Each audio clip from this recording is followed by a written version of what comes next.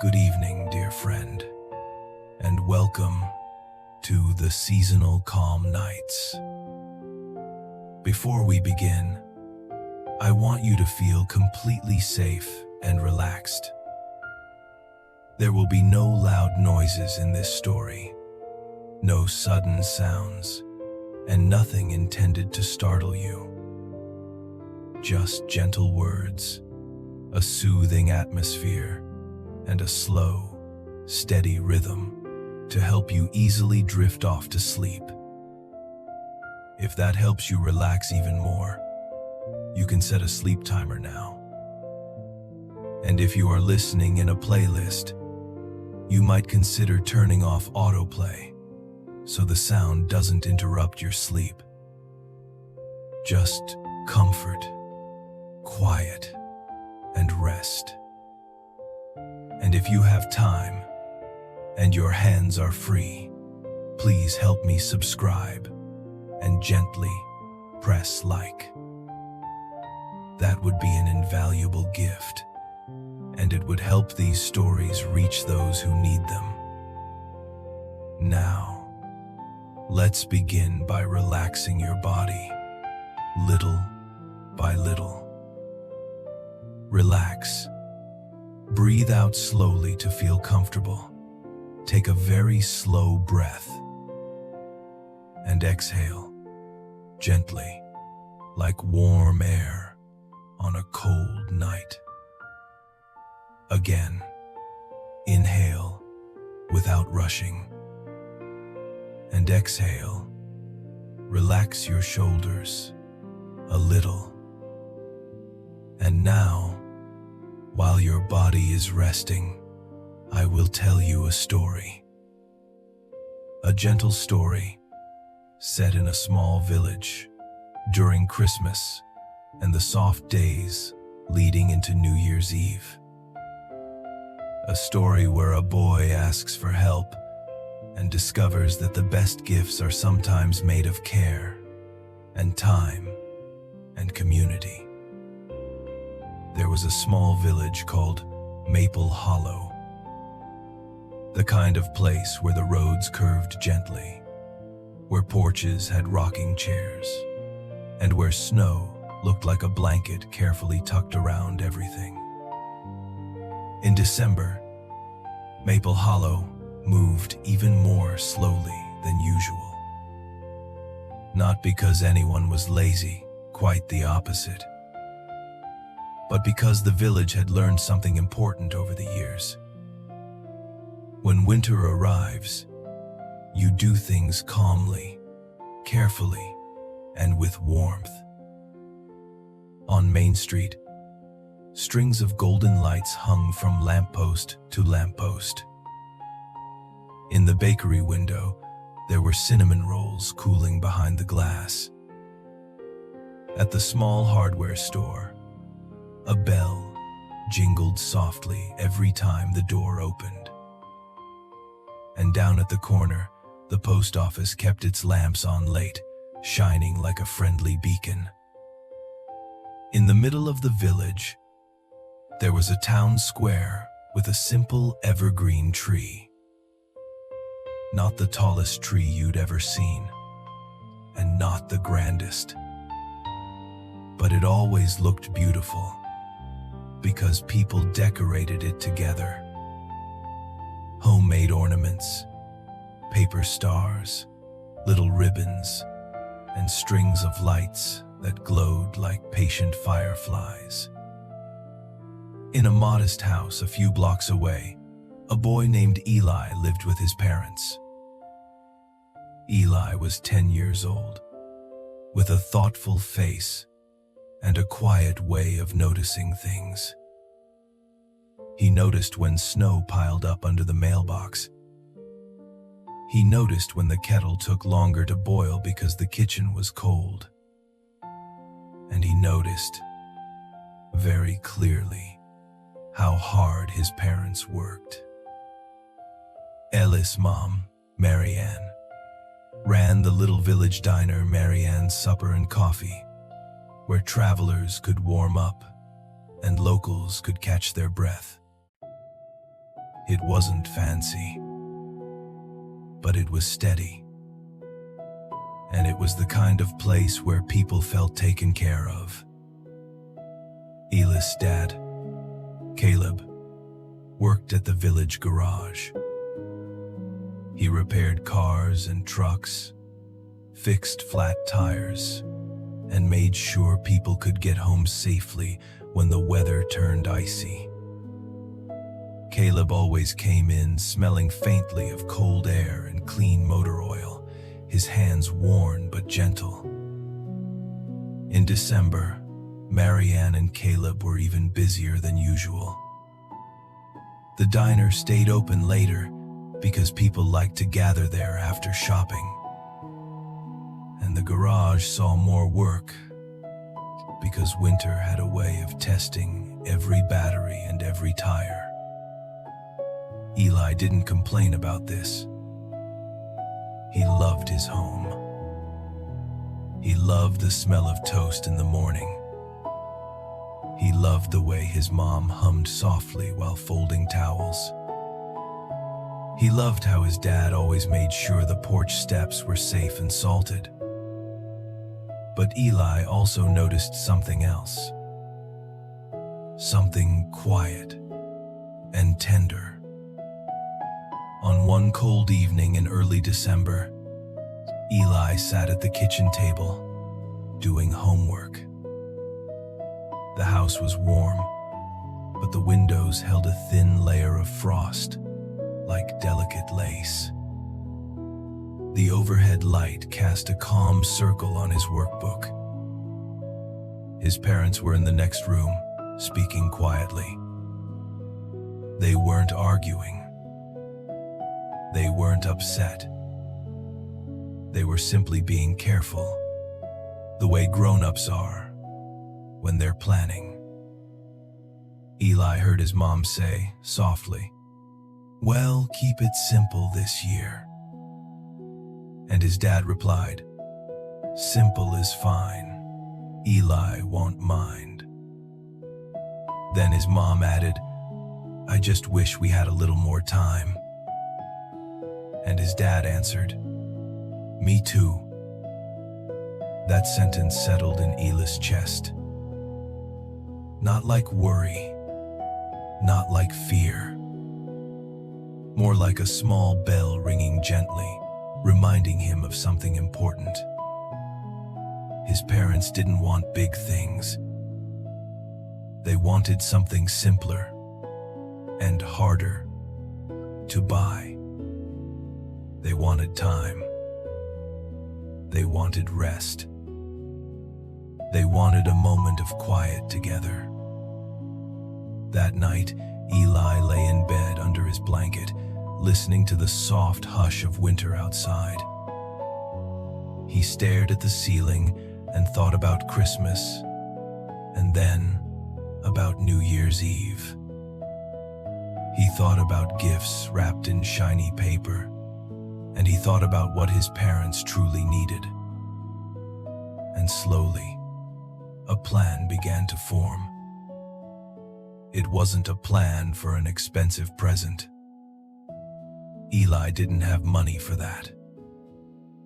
And even if he did, something told him that wouldn't be the right kind of gift anyway. Instead, Eli decided he would give his parents a night. A real night.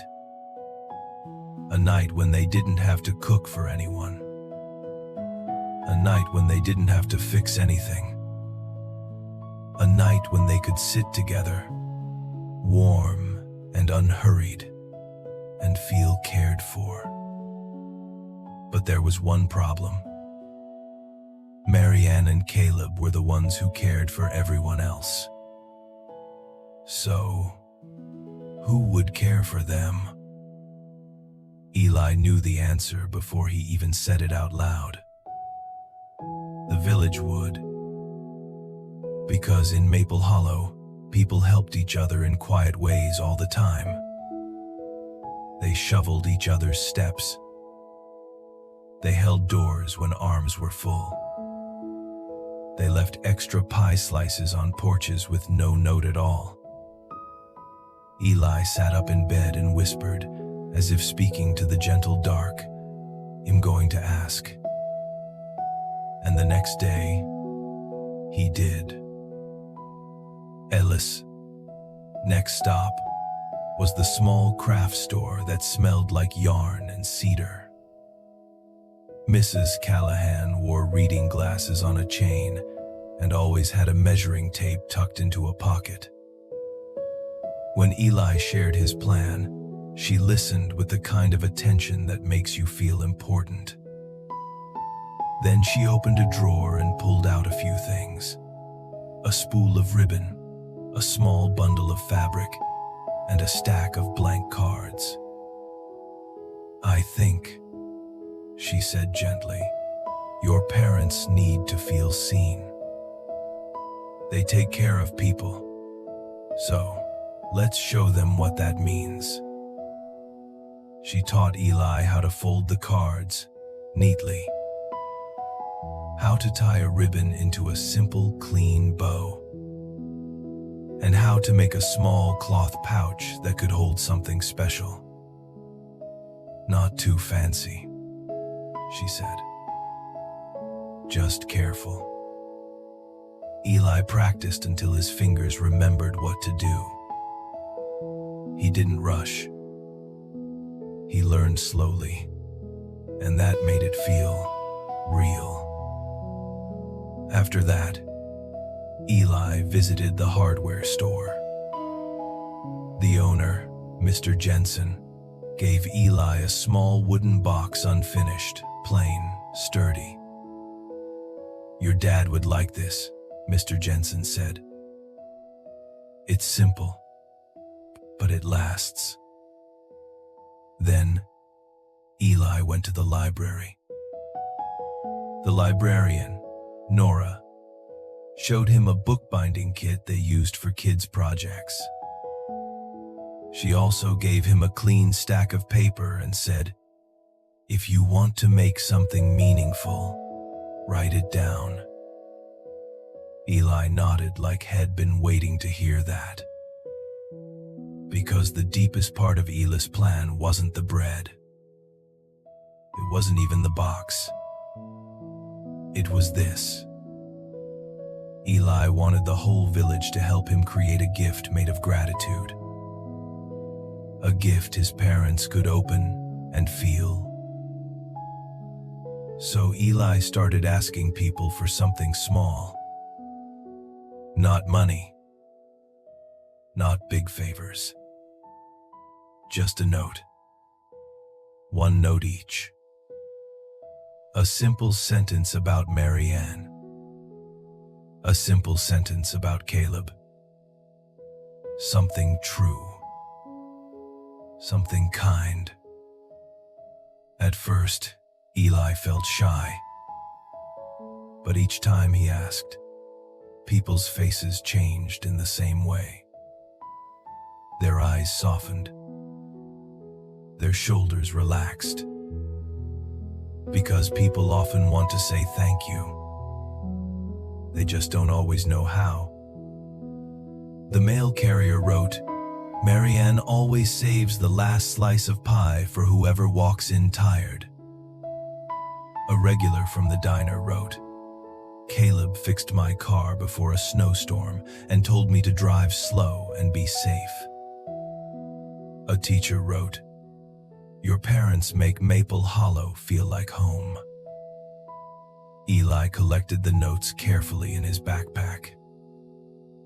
He kept them flat and clean, like they were something delicate. Because they were.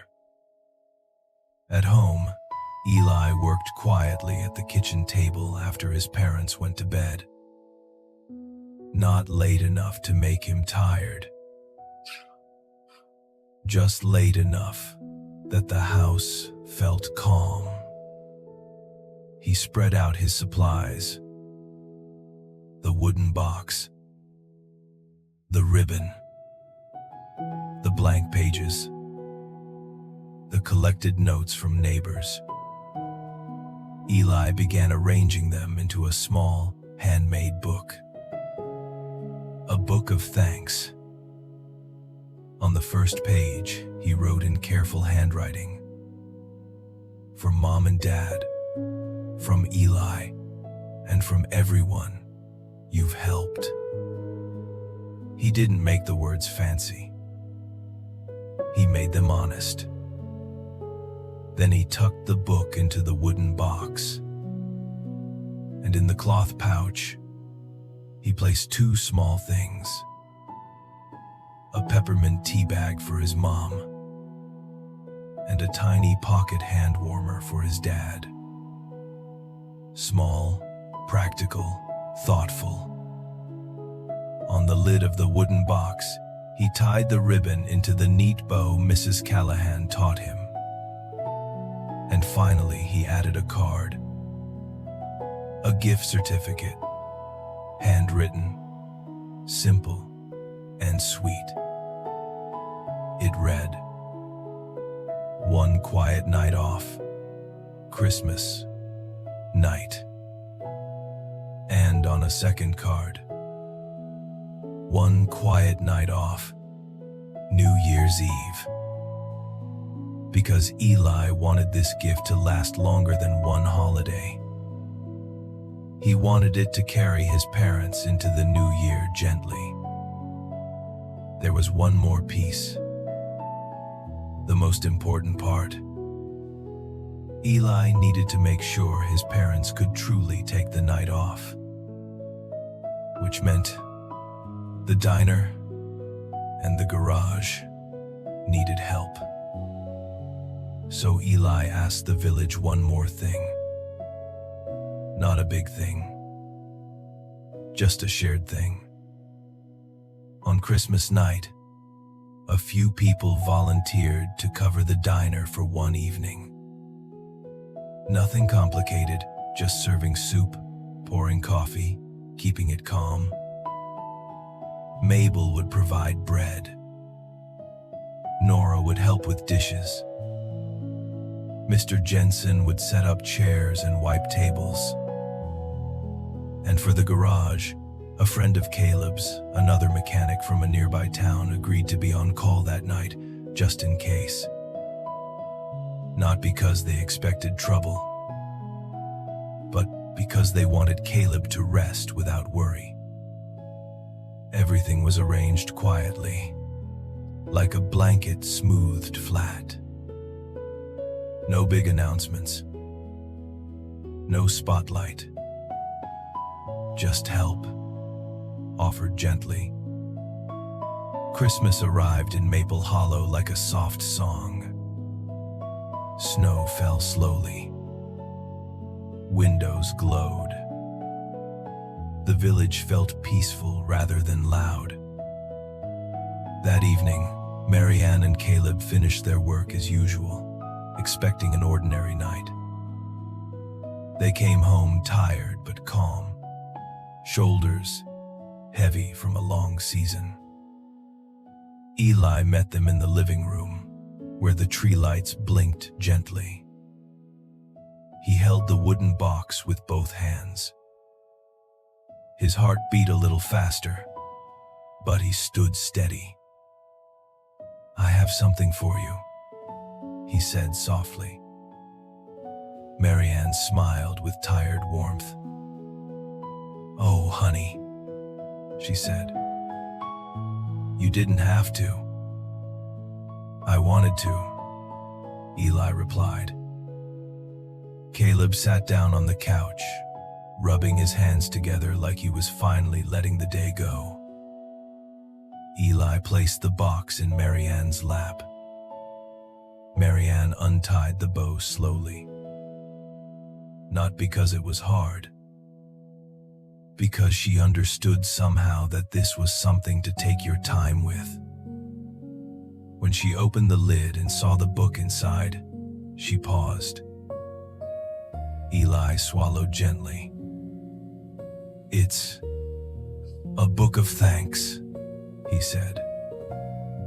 "From me and from everyone." Caleb leaned forward, Christmas. Marianne opened the first page and read. At first, she smiled. Then her eyes softened. Then she covered her mouth for a moment, as if a feeling had surprised her. Caleb took the book gently and read the next note. His expression changed too slowly, quietly. They didn't cry loudly. They didn't make a scene. They simply sat very still, taking in what they had never truly had time to take in before. They had helped people for years, and now those people had put it into words. Eli watched them read, his chest warm with relief. Finally, Marianne looked up. Her voice was soft. "Eli," she said, "this is the most beautiful gift." Caleb nodded, his eyes shining in a gentle way. "Buddy," he said, "thank you." Eli handed them the first gift certificate card. Marianne read it aloud. "One quiet night off. Christmas night." Caleb blinked, confused. "But the diner," he began. Eli smiled. "The village is covering it," he said. "Just for tonight. So you can rest." Marianne's eyes widened. "Oh," she whispered.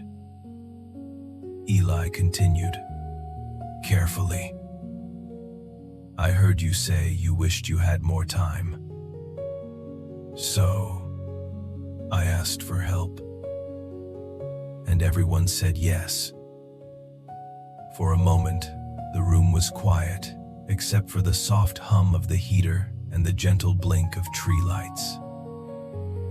Then Marianne opened her arms, and Eli stepped into her hug. Caleb joined them, one hand warm on Eli's shoulder.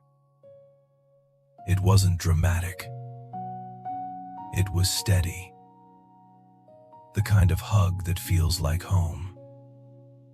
That night, they stayed in. They made peppermint tea. They ate cinnamon bread from Mabel's bakery.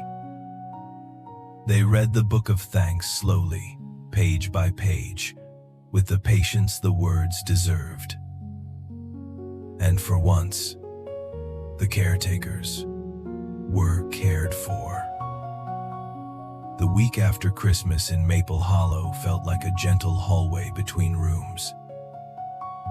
Not rushing toward anything, not clinging to what had passed. Just moving softly, one day at a time. Marianne tucked the Book of Thanks into the wooden box and placed it on a shelf where she could see it. Caleb, who wasn't usually sentimental in a showy way, found himself opening the box once a day and reading a single note. One note, like one warm sip of coffee. Eli watched his parents become lighter. Not suddenly, not unrealistically, just slightly more rested. And Eli still had one more card in his pocket. One quiet promise. New Year's Eve. New Year's Eve arrived with gentle snow and a quiet sky. In Maple Hollow, people didn't do loud fireworks. They didn't like startling sounds in winter. They preferred something calmer. So, the village had a simple tradition. At 11:59, the church bell would ring softly. Not a blast, just a steady chime, slow and kind. Then people would step outside for a moment if they wanted, look at the lights in the town square, and whisper a wish to themselves. That night, Marianne and Caleb finished their work, as usual. They came home expecting to make a small meal and fall asleep early. Eli waited until they had taken off their coats, until the kettle had started to warm, until the living room felt peaceful. Then he pulled out the second card. Marianne read it with a soft smile that turned into surprise. One quiet night off, New Year's Eve. Caleb let out a gentle breath, half laughter, half disbelief. Eli, he said softly, you planned this twice. Eli nodded. Because I wanted you to start the new year rested, he said. And because I think you deserve it. Mariana's eyes shone again, quiet and warm. Caleb rubbed his palm over his cheek like he was holding back emotion the way some people do, gently, privately. They stayed in again. Tea, cinnamon bread, soft lamplight, and then they opened the wooden box one more time. Eli had added something new to the Book of Thanks. A final page, written in his careful handwriting. It said, "This year, I noticed you. You help everyone. This is me helping you. I love you." The house became very quiet. Not empty, just full of something tender. Marianne reached for Ella's hand. Caleb placed his other hand on top of both of theirs. They didn't need big speeches. They didn't need promises that sounded perfect. They just needed this moment, together, unhurried. Outside, the snow continued, its gentle falling. Inside, the tea steamed quietly. At 11:59, the church bell chimed in the distance, soft and steady. 1, 2, 3. Like a calm heartbeat marking the turn of the year. Marianne and Caleb looked at each other. Then they looked at Eli. Caleb spoke first, voice low and warm. "You know what the real gift is?" Eli blinked. "What?" Caleb smiled gently. "It's that you noticed," he said. "And you asked for help. And you let people be kind back." Marianne nodded. "That's how Maple Hollow works," she whispered. "One person starts, and everyone adds a little warmth." Eli leaned into his mom's shoulder, sleepy now, safe. And as the bell faded, the new year arrived the same way. Snow arrived quietly, gently, without rushing. Later, Marianne placed the wooden box back on the shelf. But she also placed something beside it, a clean jar from the kitchen. Eli watched her, curious. "What's that for?" he asked softly. Marianne smiled. For the new year, she said, we're going to keep little notes. Not big goals, not pressure. Just small things we're grateful for. Caleb nodded. A jar of steady things, he said. Like your book. Elis' eyes softened. He liked that. A tradition that didn't demand perfection, only attention. And in the gentle quiet of Maple Hollow, that jar became another kind of gift, one that could be added to all year long. And now, dear friend, you can let this story settle softly inside you, like warm light in a window on a snowy night. You don't have to hold anything up. You don't have to solve anything. You can rest. Let your shoulders sink. Let your hands soften. Let your breathing stay gentle, slow, and easy.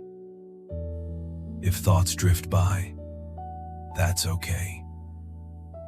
You can let them pass, like quiet cars moving slowly down a snowy street in the distance. And if you'd like, you can repeat these gentle affirmations, or simply listen as they float by. I am safe. I am comfortable. I am allowed to rest.